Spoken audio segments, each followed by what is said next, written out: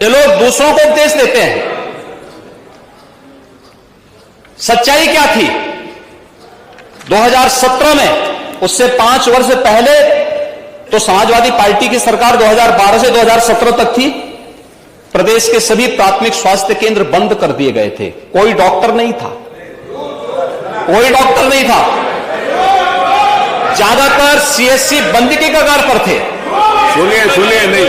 और यही नहीं, जनपद और जिला चिकित्सालयों की स्थिति भी कितनी दयनीय थी, जर्जर स्थिति थी। और आज मैं कह सकता हूं 108 एम्बुलेंस के रिस्पांस टाइम को इस सरकार ने और अच्छा करने का प्रयास किया है, उसमें सुधार हुआ है।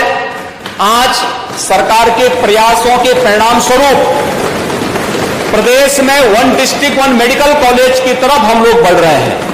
आज मैं कह सकता हूं उत्तर प्रदेश के अंदर डबल इंजन की सरकार का ही प्रभाव है और संयुक्त कार्रवाई का ही परिणाम है कि आज प्रदेश के 59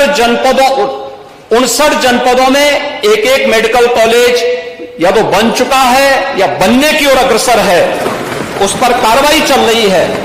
जो शेष 16 जनपद हैं उन पर भी इस कार्रवाई को सरकार आगे बढ़ाने का कार्य कर रही है। मेडिकल कॉलेज से उनको परहेज है, हॉस्पिटल की सुविधा से उन्हें परहेज है। और तो और कोरोना महामारी के दौरान पता नहीं नेता प्रतिपक्ष कहां गए थे, मुझे तो लगता है किसी ने, हम लोगों ने तो कभी नहीं देखा उनको बाहर निकलते हुए।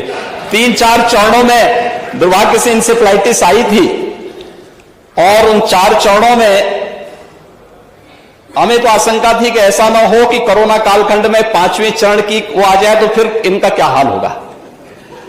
लेकिन ईश्वर की कृपा थी कि कोरोना हम लोगों ने नियंत्रित करने में सफलता प्राप्त की।